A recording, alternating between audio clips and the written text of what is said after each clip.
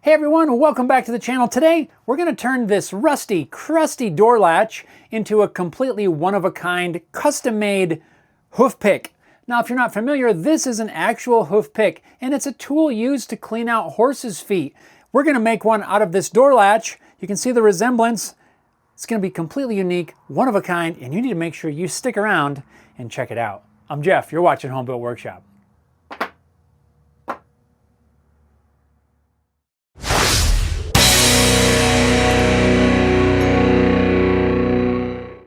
What is going on, everybody? I hope all of you are doing awesome today. Today's project is going to be super fun, and I can't wait to get started. Now, I already mentioned that we're going to be making a custom hoof pick.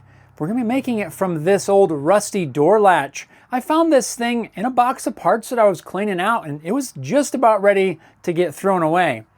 When I picked it up to toss it, I kind of thought, hey, that feels a little bit familiar. Feels kind of like a hoof pick, looks sort of like a hoof pick. I'm pretty sure that it wants to become a hoof pick. This is one of those latches that, I don't know, you'd find on a gate or something that would sling down and just latch in there. But I don't have any of the other pieces, so I don't feel too bad if we gotta modify this a little bit to make our custom hoof pick. If we take a look at these right away, you can see there's not really a whole lot of modifications we need to do. Really, we just have to flatten this end out a little bit. We probably just will file that some. But the biggest part with this old one is it is a little bit bent. So I think first off, I want to try to straighten that out. We're just going to give it a few good solid whacks with a hammer and see if we can bend this thing so it's a little more flat.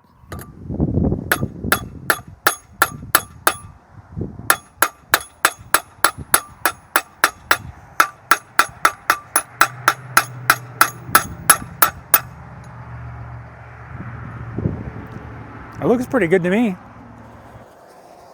Now I want to see if I can straighten out the loop at the end of this door latch. This may or may not be necessary, but at the moment I don't know how long I need this piece of metal to be, so rather than just cut this loop off, I want to try to straighten it out. I can always trim the length down later if it ends up being too long. I don't have a forge or anything to heat up metal, so I'm just going to try to use this map torch. I'm hoping that since this piece is relatively small, that this map gas torch will get hot enough. Map gas does burn quite a bit hotter than regular propane, so hopefully this will work out.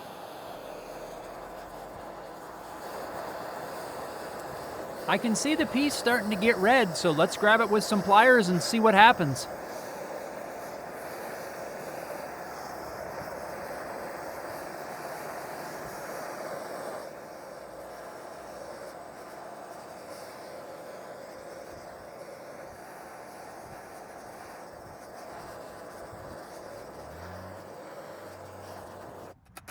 Before the piece fully cooled off, I went back to using the hammer and finished straightening that end out. That worked really well.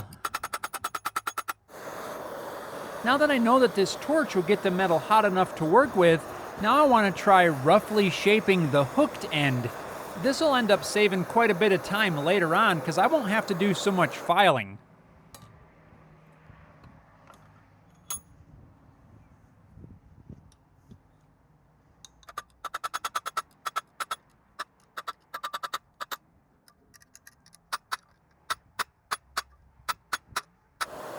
You'll notice I added a sweatshirt. We have a cold front or something coming in. I don't know if you can see that. That is nice and bright. I'm surprised this little map torch is getting it that red. That's nice and red. Now we hammer it a little bit more. I'm just trying to flatten that out. I don't have a great anvil here.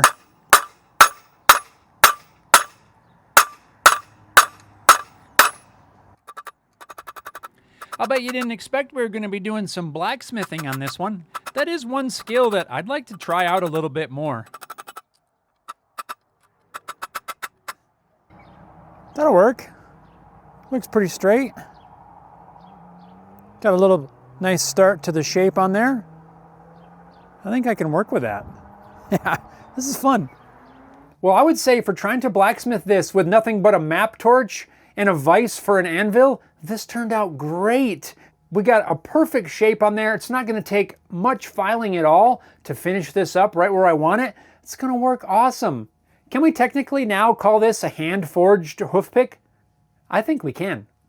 Now, even though I'm not ready to attach it quite yet, I do want to start working out the size and the rough shape of the handle. I'm going to use this piece of flamed maple to make the handle for our newly forged hoof pick. I'm just kind of working out roughly how long I want this. And I'm going to say, like a lot of things, there's no hard and fast rule here.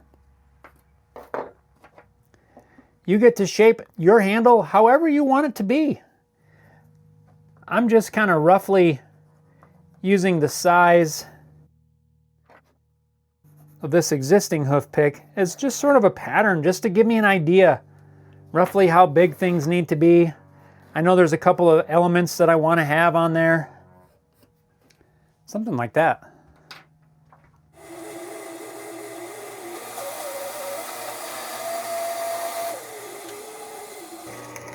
Before I cut out the outer shape, and while the piece is still square, I want to first drill a hole in the end. This is where we'll epoxy in the hoof pick later on.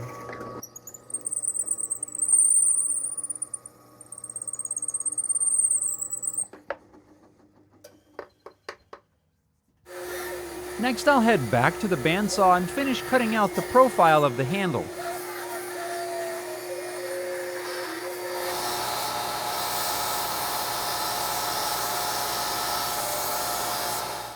I believe now I'm at the point where I need to start shaping this a little bit more, getting in there with a file, rounding it off, making it a little more comfortable. But I'm realizing that I think it's going to be kind of tricky to hang on to. I believe before I start shaping on that, I probably want to go ahead and get this epoxied into place. So I guess we need to work on this a little bit. By having this in place, I'll be able to at least put this in a clamp or a vise and be able to work on the handle. It won't be quite so awkward, I think. I'll start off by just removing a little bit of material from the end back on the belt grinder. Then I'll use my Dremel with a cutoff wheel just to make some small notches in the piece. This is only to give the epoxy something to bite into. I want to make sure this thing doesn't come apart.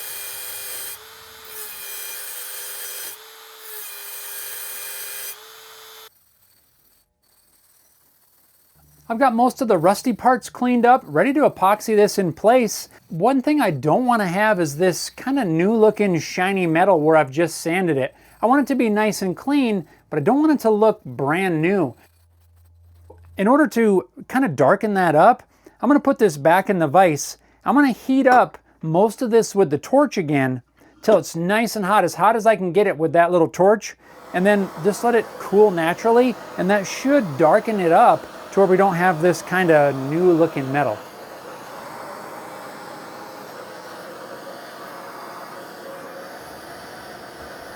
I think that's going to be okay. As long as we can get rid of that kind of shiny color. I don't care if it's up here because that's going to be covered by the handle, but I want it to all kind of look uniform, kind of that darker, kind of forged metal color. And once our hand-forged hoof pick has cooled off, now we'll just mix up some 5-minute epoxy and we'll glue this thing into the handle. I'm going to put a little bit of tape on the end of the handle just to try to keep some of the epoxy off it. I don't want to have to clean it up later.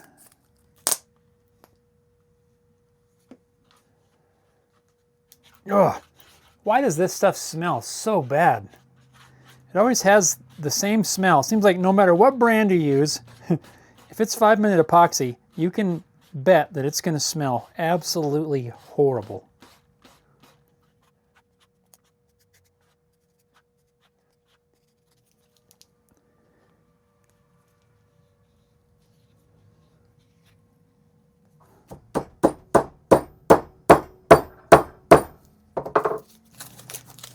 Now I do want to remove the tape because I don't want the epoxy to glue the tape to my piece. Everything's lined up, it's looking good. I'm just gonna put that right there for a little while, let that epoxy dry. The epoxy's dry, and now it's time to start shaping this handle. You can use any number of method, whatever methods work for you, that's the one you want to use. There's no right or wrong. You could use a carving knife and carve it all by hand. You could use files and rasps. Have a beaver chew it away. That would be helpful. whatever it is that you want to do. I'm going to start off with the belt grinder and try to just knock the corners off, try to make it sort of an octagon type shape, and then we'll just smooth everything out with files and rasps later on. The only thing set in stone at this point is that you're having fun with your project. Use whatever method gets the job done. I still think the beavers would be kind of cool though. Just gnaw that away. Nom, nom, nom, nom, nom, nom, nom, nom.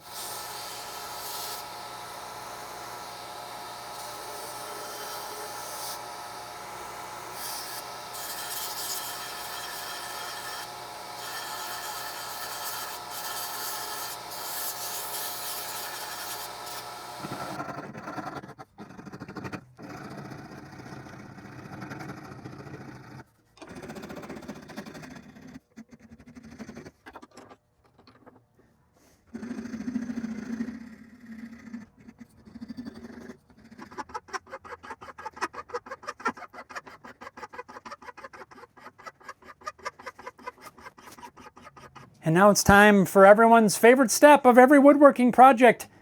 I've tried, and we just can't get away from it. It's time to sand this thing. Here we go.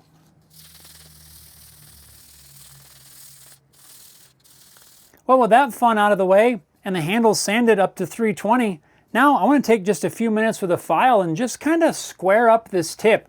It doesn't have to be any particular shape, and it definitely doesn't need to be sharp. Think of it more as kind of like a flathead screwdriver. I really just want to clean up the edges. Honestly, it would probably work like it is, but just to make it look a little bit neater, we'll just hit it with a file.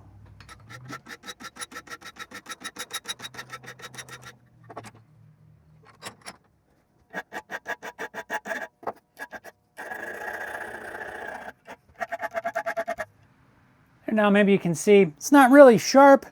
It's not a point or anything. Kind of almost exactly the same as a flathead screwdriver, and that's all we need. With everything sanded and filed, we're now ready to apply a finish. There's a ton of options, different ways you could go with a finish as with any project. But I have to think about the end use for this particular tool, because that's what it is, it's a tool. This thing is going to be used in some dirty environments, so it needs a finish that's going to protect the wood. Some sort of an oil finish just isn't going to give the level of protection that we need. You could go with a polyurethane or a lacquer. I think both of those would be a pretty decent option. I'm going to use some Osmo oil. This particular blend is specifically made for countertops and things like that. I figure if it can protect a countertop, it can protect our custom hand-forged flamed maple hoof pick. That's a mouthful.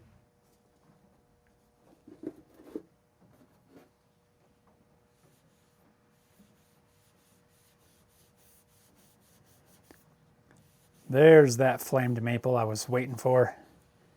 Ooh, that's nice. According to the instructions for this Osmo oil, you apply a coat, you let it sit about 8 hours, and then you can apply another coat. In total, I applied 4 coats of this oil because I wanted to make sure that I had plenty of finish on there and that this wood was going to be protected. I wrapped this little project up by wiping down the metal portion with a coat of linseed oil. This will also give the metal a little bit of protection. And with that, our custom hoof pick is complete. This thing turned out cool. I like the hand-forged look. The flamed maple feels good. This is gonna work out really well, and hopefully it's gonna last a long time and get a lot of use over the years. I hope you enjoyed following along with this build as I turned this old crusty door latch into this unique hoof pick. I hope maybe it gives you some sort of inspiration. Maybe you don't need to build a hoof pick for yourself, but maybe it just gives you some ideas of ways you can repurpose things that might be laying around in your shop. Even an old crusty door latch can become something cool, so take a look at what you have around. Maybe you can repurpose it into some sort of cool projects. Let me know your favorite repurposing projects down below in the comments. Thanks a lot for watching, and we'll see you next time. Turned out cool. It's time for you to get put to work, hoof pick. Why won't you stand up? Well, sit there then.